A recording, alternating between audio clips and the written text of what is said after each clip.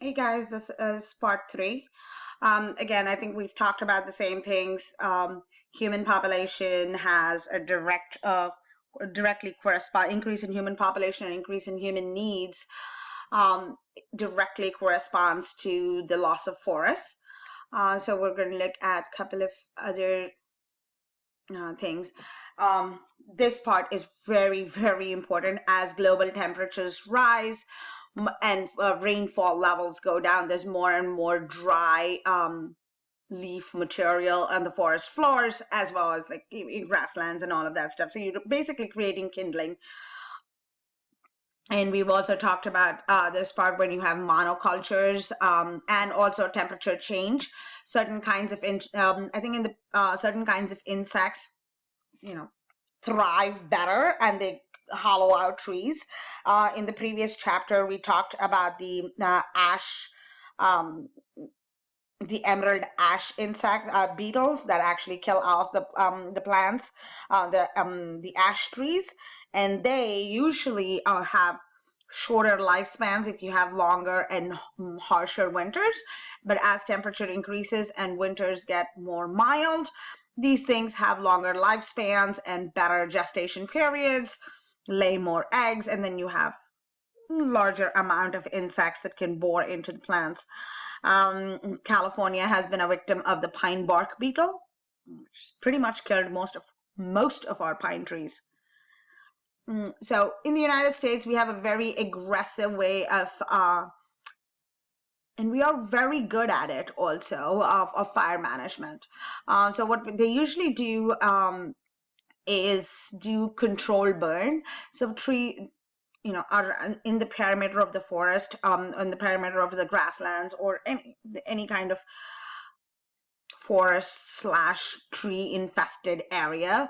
They do a controlled burn on the outside, so you don't have a lot of kindling left. So when cars are driving around, you throw something out of your car, you throw a cigarette out of your car, or when you have a campfire, you start a campfire somewhere and then you by mistake leave that open, or there are many ways in which human beings can facilitate fires, but that doesn't mean that human beings are the only reason for it. Fires can start spontaneously. So they do a controlled burn. The other thing we can do, so look at this portion where we talk about human beings actually moving into more and more remote areas. There's for the past 40, 50 years that there's been something called as a suburban sprawl. So suburbs are spreading more and more into areas that were inhabited by animals, that were allocated for forests, that were allocated for any kind of wetlands, whatever. We need space, and you can't blame human beings for that because we like to have babies. So one of the things we could do to mitigate the fire is to keep actually native species in our backyards and front lawns and wherever we're growing plants. We keep native species because most native species are a little more fire resistant. They also have evolved to, for example, there are plants whose seeds generate when they go through fire, and they are more capable of coming back quickly after a fire and holding on to the soil. But instead, if we have non-native species that are not used to the fire situation, they're kindling and they don't regenerate really quick. So that is a problem also. The other thing homeowners can do in those areas is to properly clean up their yard and not allow for debris to pile up, to make sure that they have proper like fencing, make sure that their backyards are, you don't have a huge bonfire in your backyard when there's on a windy day, because sparks and kindling can fly and burn something else. Just being a more conscientious homeowner helps in this situation. Again, most of this stuff we have discussed in the previous chapter. This portion is very important. Again, I've told you this. When you have ecological problems, they are not an acute problem. They are a chronic problem. You're not looking at solving these problems within 4 years, 5 years, or 10 years. You have to look at it at an ecological time scale.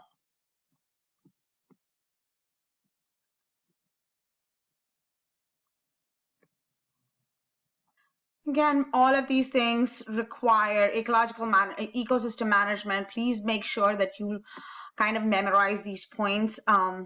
You have to, this is one of those very important issues, kind of creating public awareness and letting people know why they are stakeholders in the health of an ecosystem. You also need to have funding. All of these things don't happen for free.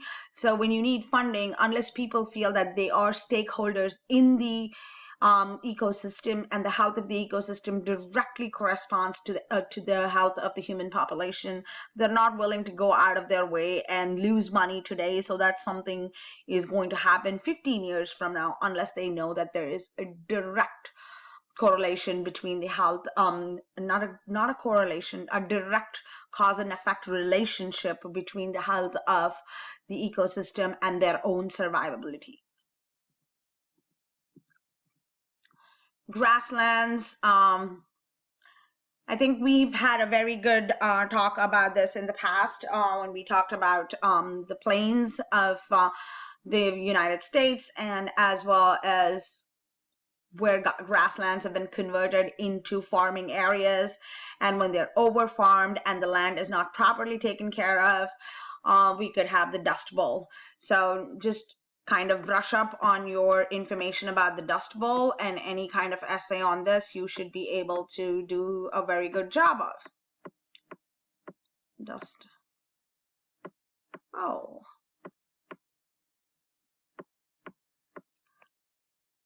I've also talked in the previous videos, I have talked about grazing and how grazing can eventually lead to the Dust Bowl. There's something called as a tragedy of commons. Of commons.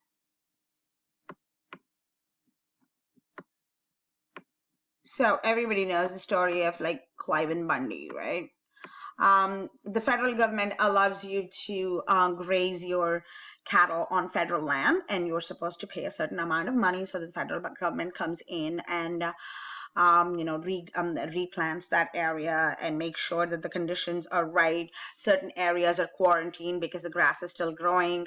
So there is a regulation that takes place for grazing your cattle on that grasslands. And it's very important that the federal government gets that money, because if they don't get that money, they're going to do nothing about protecting these grasslands, which the effect of that is twofold. One, if they don't protect the grasslands, you are basically causing desertification.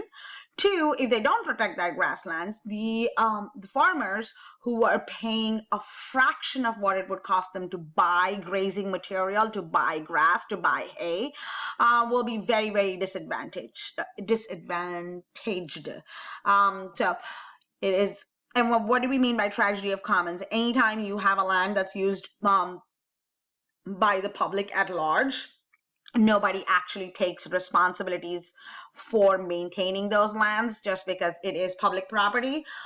You are more likely to take care of your front lawn of your house than you are going to take care of the public park. You are less likely to trash and pollute your own house than you are public lands. So for people who think that, hey, we shouldn't be paying for federal lands to graze our cattle on federal lands because it's federal, it is the property of people, money is required to take care of these lands. These are millions of acres of lands that need to be regrassed. You have to reseed them, you have to quarantine them, you need someone monitoring them. There is a lot of things that needs to happen in order to keep these grasslands as grasslands, so that overgrazing does not lead to desertification. And especially it's a huge problem in places like California and Nevada, where the California, Nevada, Oregon, Washington, which is in the past 50, 60 years has been slowly becoming a bigger and bigger desert. So yay, Cliven Bundy. Overgrazed land, which eventually leads to desertification. In the end of this chapter, I've added a few slides about how desertification takes place. Desertification is not very well described in your textbook. but it is a very important essay question. So this is what I was talking about, grazing fees. And ranchers claim that without a viable ranch economy, the western lands are further subdivided. Oh well.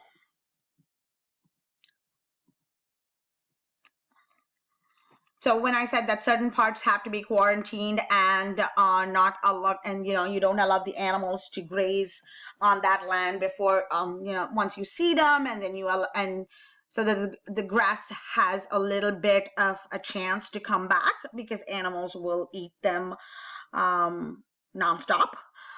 So that's what one of the ways we do that is rotational grazing. The federal government on federal lands uses our tax dollars to do that.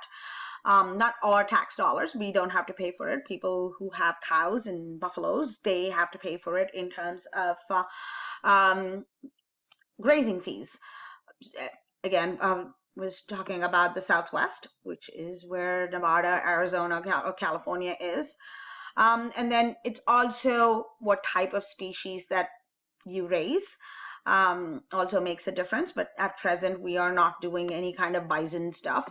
We have, even in cows and buffaloes, we have a monoculture, because what you raise as cattle is very much dictated by what kind of meat people want to eat.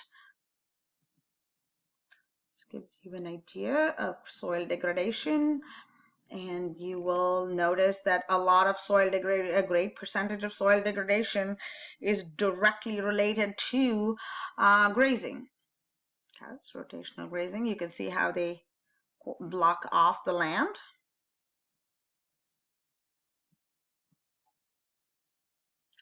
Parks and reserves. This is on, constantly every year when the budget comes out, money is allocated towards parks and national reserves and that kind of stuff. And every year they keep cutting the amount of money allocated to these guys, because we don't look at it as an essential service. However, they do provide us a lot of essential service. We don't have thick forests anywhere in the United States unless it is a protected wildlife preserve. So they do provide us huge benefits, and this kind of illustrates they are national monuments. This is one of the ways you actually are able, the government is actually able to put money into them. Once you declare something as a national monument or historical site or an archaeological site, people are more likely to put money into it, because they feel a connection to that place, which is ludicrous, because human history is not as old as history of the forest and the ecosystem. If you want to feel connected, you have to feel connected to the ecosystem itself, not some dude who lived on it.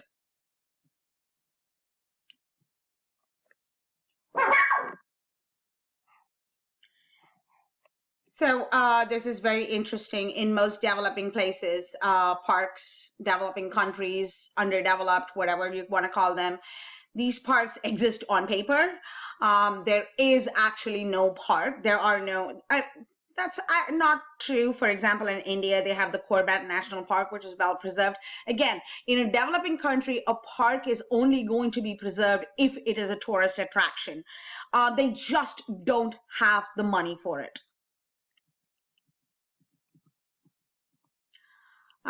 Again, preserves are really not safe because of all of these things. If you look at any of these things, they all take precedence over, they all take precedence over just plain conservation. You cannot tell a country that is developing that they cannot build a dam, because they do have electricity needs. They do need the electricity. The people need the electricity.